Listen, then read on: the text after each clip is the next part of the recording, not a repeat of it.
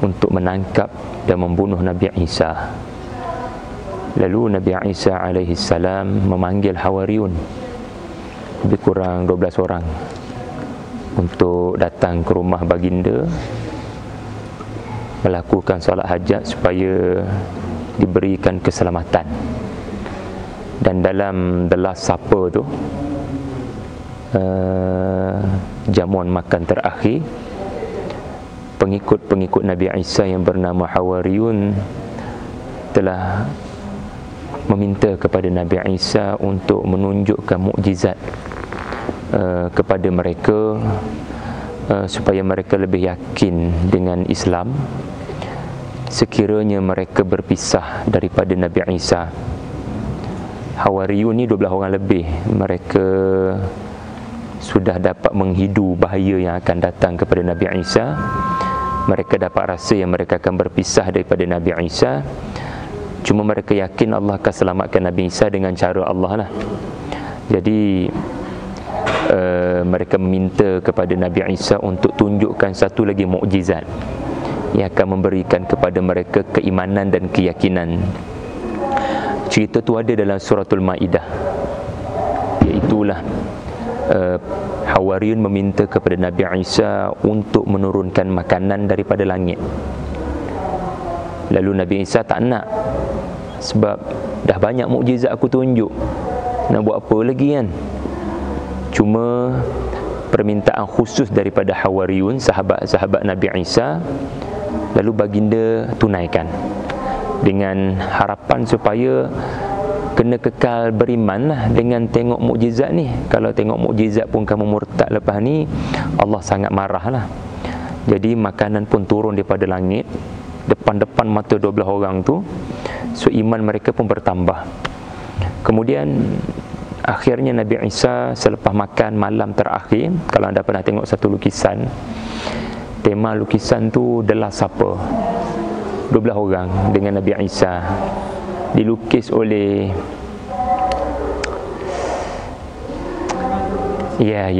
Leonardo da Vinci kan. So dia menggambarkan macam mana adegan malam tu. Dan akhirnya Nabi Isa tanya, Romawi dah nak sampai ni, rumah kita akan dikepung. Jadi aku nak tanya kalangan kamu 12 orang, siapa kalangan kamu yang mahu mengganti tempat saya, maka dia dan saya akan begini dalam syurga. Ini hadis sahih Bukhari. Nabi Isa tanya, siapa kalangan kamu yang mahu berada di tempat saya, dan di syurga nanti dia dan saya seperti ini, rapat. Apa maksud soalan ni? Maksud soalan ni, Romawi akan tangkap aku, so dia akan ganti aku.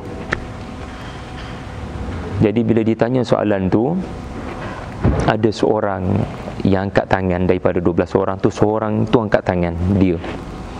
Dan Nabi Isa nampak dia paling muda sekali. Lalu Nabi Isa kata, tak boleh kamu. Lepas tu dia tanya kali kedua, budak yang sama angkat tangan. Nabi Isa tak nak dia muda lagi, masa depan dia cerah. Kali ketiga tanya, budak yang sama angkat tangan, paling muda sekali, Hawariyun paling muda sekali. Jadi Nabi Isa kata, Allah pilih kamu untuk menggantikan tempat saya. Lalu berlaku satu mukjizat di mana Allah jadikan muka budak tu sama dengan muka Nabi Isa. Syubbihalahu, kan? Allah bagi muka dia sama dengan Nabi Isa. Jadi sebaik saja berlaku peristiwa itu, iaitulah muka budak tu namanya, kalau tak salah saya, yang kita dah ingat ada seorang khianat. Itu benda yang kita tahu, namanya Yahuza. Tapi yang Ibnu Abbas bagi tahu radhiyallahu anhu, kata sebenarnya ni bukan cerita anak murid khianat lalu Allah bagi muka dia sama. Ini adalah cerita budak paling muda yang Allah bagi muka serupa kerana dia nak mati syahid, nak jadi rapat dengan Nabi Isa di syurga nanti. Lalu bila selesai proses muka sama, tubuh sama, muka sama tapi tubuh tak sama, muka je sama, tiba-tiba bumbung rumah Nabi Isa tu terbuka. Terbuka. Lalu semua 12 orang ni tertidur, mengantuk, kecuali Nabi Isa. Nabi Isa pun kalau tak salah saya, inni mutawaffik wa rafi'uk, dia pun mengantuk. So bila ke-13 ni mengantuk, Allah utuskan malaikat untuk bawa naik Nabi Isa daripada bumbung rumah yang dah terbuka. So Nabi Isa naik ke atas, tetapi tidak dapat disaksikan oleh 12 orang ni. Allah takdirkan 12 orang tu mengantuk, tak dapat tengok peristiwa naiknya Nabi Isa. Ini sebenarnya ujian Allah kepada Hawariyun.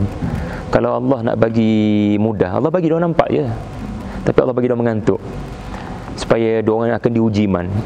Kau nak kata Nabi Isa telah ditangkapkah, atau kamu nak kata Nabi Isa telah diselamatkan Allah?